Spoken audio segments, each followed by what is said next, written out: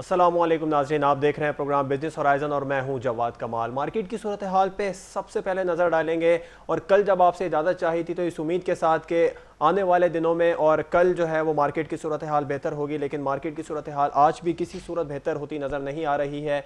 और उसकी जो सबसे बड़ी और अहम वजह यही सामने आ रही है कि मुल्क में इस वक्त प्राइम मिनिस्टर नहीं है और कोई वजीर नहीं है। काबीना मुकम्मल तौर पर तहलील हो चुकी है इस वक्त।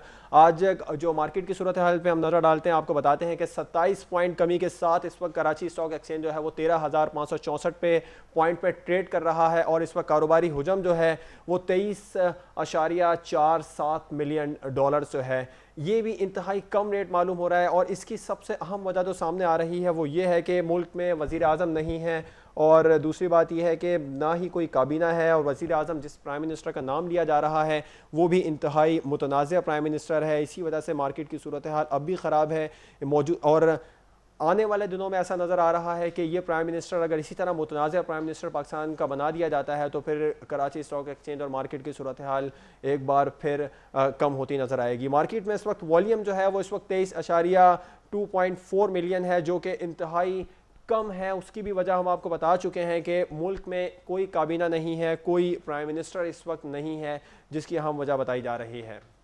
और इसकी तमाम तर सूरत हाल और तमाम तर वजूहात जो बताई जा रही हैं कि सरमायाकारों का एतमाद नहीं है मार्केट पर, सरमायाकारों का एतमाद उठता चला जा रहा है और गैर मुल्की सरमायाकार भी आज मार्केट में बिल्कुल भी नज़र नहीं आ रहे हैं। कारोबारी हुजम जो कम नज़र आ रहा है उसकी सबसे बड़ी वजह गैर मुल्की सरमायाकारों की अदम दिलचस्पी और पाकिस्तानी सरमायाकार हैं उनकी भी अदम दिलचस्पी ही नज़र आ रही है। मार्केट की सूरत हाल में इंतहाई कम ही नज़र आ रही है। मार्केट की स्टॉक एक्सचेंज की सूरत हाल से आपको आगाह किया और अब कुछ बढ़ते हैं खबरों की जानिब, बिजनेस न्यूज़ की जानिब। सबसे पहले आपको बताएंगे स्टेट बैंक ऑफ पाकिस्तान ने 3 साला इजारा सुकूक की मद में 48.765 अरब रुपए मालियत की बिड्स मंजूर कर ली हैं। स्टेट बैंक ऑफ पाकिस्तान के गवर्नर यासीन अनवर ने माइक्रो फाइनेंस इंडस्ट्री के लिए एक इंफॉर्मेशन ब्यूरो कायम किया है, जिसके जरिए माइक्रो फाइनेंस बैंकों और इदारों को एक सिस्टम बनाने में मदद मिलेगी, जिसकी वजह से कर्जों पर डिफॉल्ट का रिस्क कम हो जाएगा। तीसरी खबर है एप्टिमा की। एप्टिमा के चेयरमैन मोहसिन अजीज के मुताबिक पाकिस्तान की टेक्सटाइल मसनूआत की बरामदात में रवां माली साल के दौरान 30% कमी आई है, जिसकी अहम तरीन वजह तवानाई का बहरान है। चौथी खबर है पाकिस्तान ब्यूरो ऑफ स्टैटिस्टिक्स के जारी करदा एदाद शुमार के मुताबिक रवा माली साल 2011-2012 के 11 महीनों में टेक्सटाइल एक्सपोर्ट 9.96% कमी के साथ 11.273 अरब डॉलर रिकॉर्ड की गई है। इस हवाले से हम प्रोग्राम में एक रिपोर्ट भी शामिल करेंगे टेक्सटाइल इंडस्ट्री के बहरान के हवाले से भी।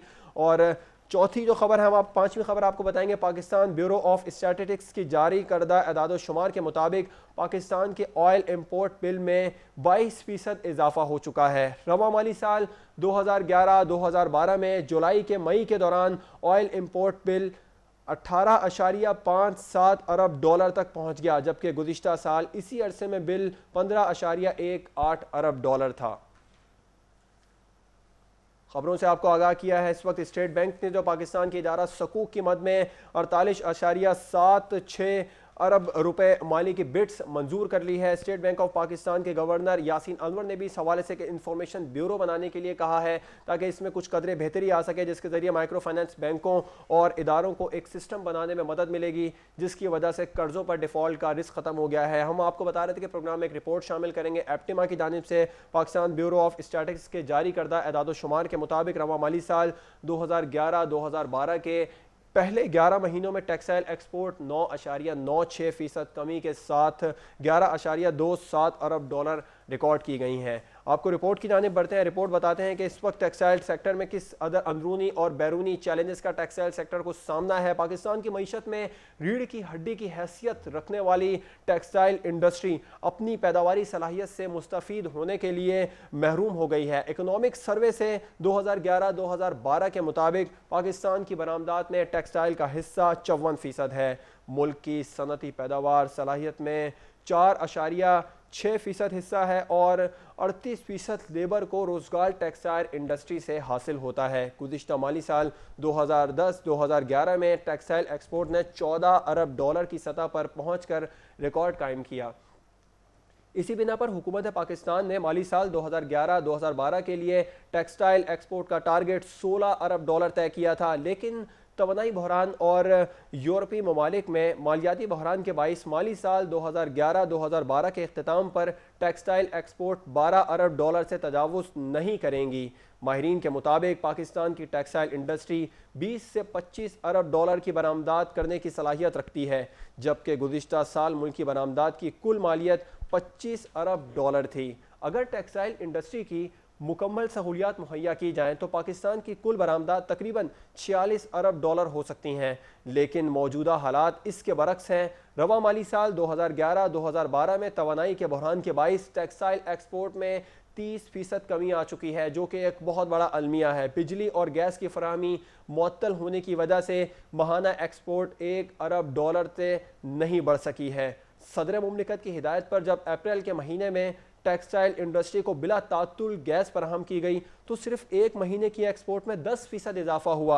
इस साल टेक्सटाइल इंडस्ट्री को 180 दिन गैस नहीं मिलेगी और अब बिजली की लोड शेडिंग की वजह से सनती पैदावार मुतासिर हो रही है, सनतें बंद हो रही हैं, बेशुमार लोग बेरोजगार हो रहे हैं। अगर सिर्फ एक शहर फैसलाबाद की ही बात की, फैसलाबाद की ही मिसाल ले लें जो कि टेक्सटाइल पैदावार का मरकज़ है, वहाँ तवानाई के बहरान के बाइस 4 लाख मजदूर बेरोजगार हो चुके हैं।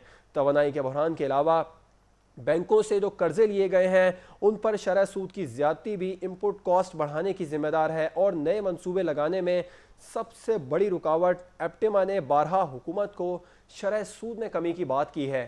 साउथ एशिया ममालिक में पाकिस्तान की शरह सूद सबसे ज़्यादा है, जबकि माशी तरक्की की रफ्तार सबसे कम है, जो कि हमारी हुकूमत के लिए भी और हमारे कारोबारी सेक्टर के लिए भी एक अफसोसनाक बात है कि साउथ एशिया ममालिक में पाकिस्तान की शरह सूद सब जो है वो सबसे ज़्यादा है और माशी तरक्की की शरह सबसे कम है। टेक्सटाइल इंडस्ट्री को मौजूदा जो दरपेश चैलेंजेस हैं उनमें सबसे अहम चैलेंज है जो है वो है CNG सेक्टर और तवानाई सेक्टर का।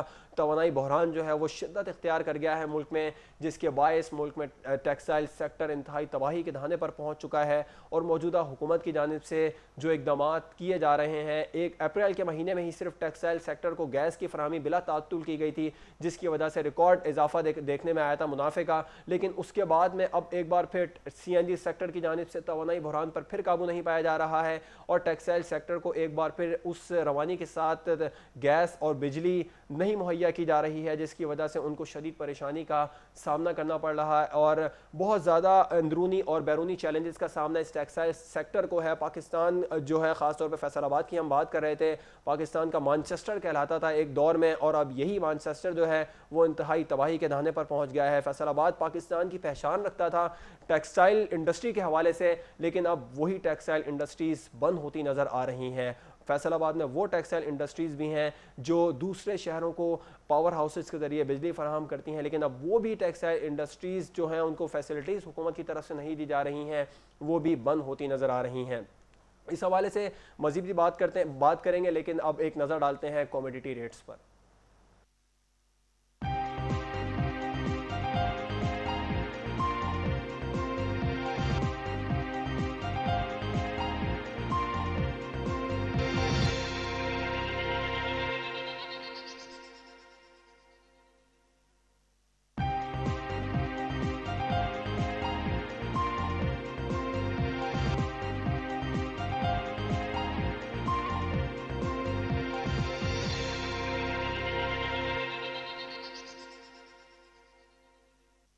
करेंसी कमोडिटी रेट्स पर नज़र डाली है, टेक्सटाइल इंडस्ट्री के अंदरूनी और बैरूनी चैलेंजेस के हवाले से बात कर रहे हैं। इस पर मजीद भी बात करेंगे, एक ब्रेक की जानिब जाएंगे, जिसके बाद हमारे नुमाइंदे हमें तफसीलात से आगाह करेंगे फैसलाबाद से और chairman Pakistan textile exporters association Rana Arif Tauseef से भी हम इस तमाम तर सूरत हाल पर डिस्कशन करेंगे, लेकिन एक ब्रेक के बाद।